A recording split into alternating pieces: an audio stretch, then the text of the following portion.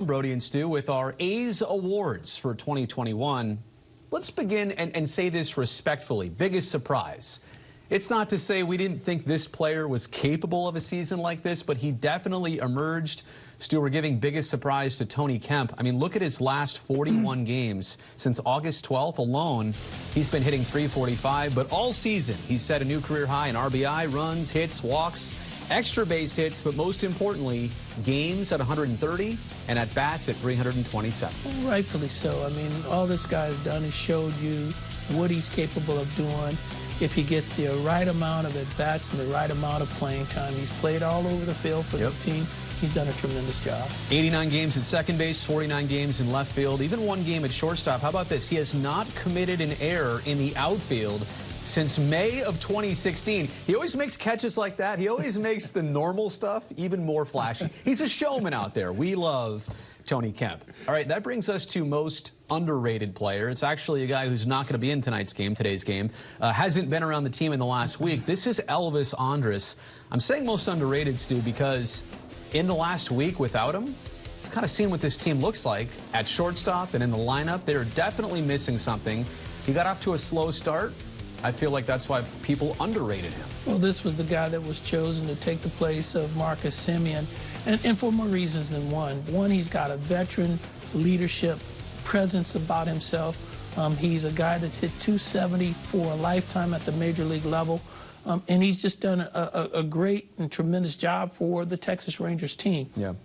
This year, he started off slow. Kemp said that the other day. He started off slow, and it was unfortunate for him. And he got a bad rap from the fans initially, but he's proven himself the rest of the way. He's been solid at his position and at the plate. I also realized the comparison with Marcus Semien, but I feel like that is so difficult and so unfair if you put those two side by side. Just judge Elvis on what he's come in and done individually on the field and off the field for this team. All right, most valuable. This one is kind of difficult, but it's also kind of simple. There's a few names here. We'll get to some others, but MVP we're going to give to Matt Olson. From last year to this year alone, he has cut down his strikeouts in half. He's upped his batting average by 80 points. Today has the chance to hit 40 homers in a single season. He's also set new career highs in runs, hits, doubles, homers, RBI, walks, extra base hits. Matt Olson, Stu, has been most consistent from start to finish. Yes, I mean, when you think about most valuable player, you think about his offense, the home runs, the RBIs. When I think about most valuable, I think about the fact that he is not a platoon player. Right. He is a guy that plays first base every day against anybody and everybody. There are no lefties that he doesn't play against. This guy, his presence in the lineup makes this team better.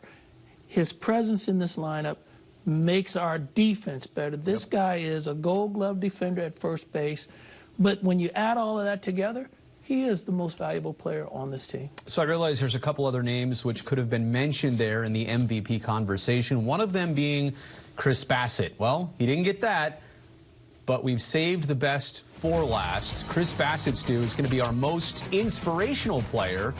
And if I even have to tell you why, or I have to tell you the story of why that is, you have not clearly been watching the A's all season long, on the field, off the field. Man, there's a lot to get excited about when number 40's out there. Well, Brody, I mean, we could talk about the fact that he was able to come back from the injury, being hit in the face, as you're witnessing right there. Yep.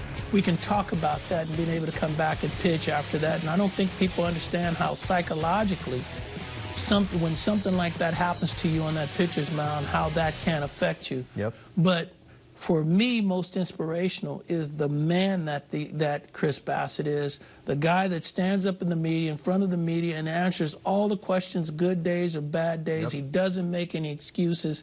And the example that he sets within that clubhouse for everybody to see, that's why he's the most inspirational player to me. And I feel like a lot of people point to August 17th when he did get hit by that comebacker, but honestly, he could have been most inspirational way before that. To your point, everything he's been and done.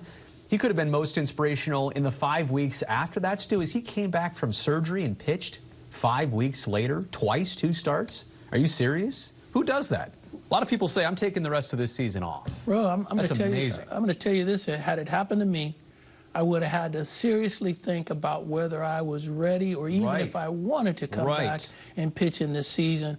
And he did it without a doubt. Not only that, while this guy was in the hospital, he was letting his teammates know he's okay and rooting his teammates on. Even after he got out of the hospital, he still stayed connected to his team. That is inspiring. Do you remember the trident? We're going to give Seabass the trident for the whole offseason. Like, he deserves that.